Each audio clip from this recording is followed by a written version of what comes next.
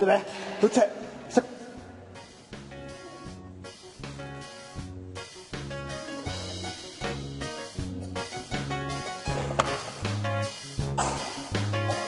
Sådan. Ja, det kan da godt være, at vi lige skal puste lidt inde. Ja. Jeg tror lige, jeg pusser den lige rigtig godt, så den bliver rigtig godt til op i. Så. Sådan. Så.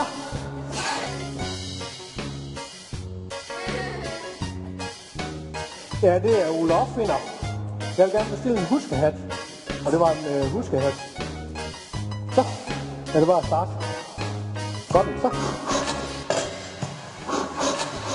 Så skulle der gerne komme sådan en huskehat.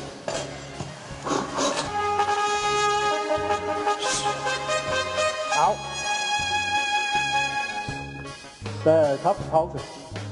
Det er 40 meter lang rundestok, jeg bestilte, men det er det ikke.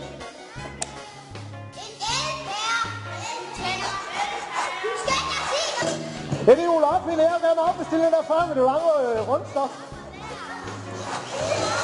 Den vej. Det må være det, der nye tilbygning. 40 meter. Prøv lige, er der ikke en af jer? Prøv at kigge ned i jeres tasker, hvor vi ikke har sådan en... hvorfor ikke? Jo, nej, hey, så stop. Farvel. Hej, jeg fik varmt vand. Prøv at se, hvad det er. Man kan, når det er, at man har det rigtig varmt, og man ikke lige gider bøje sig ned. Så kan man have sådan nogle. Sådan der.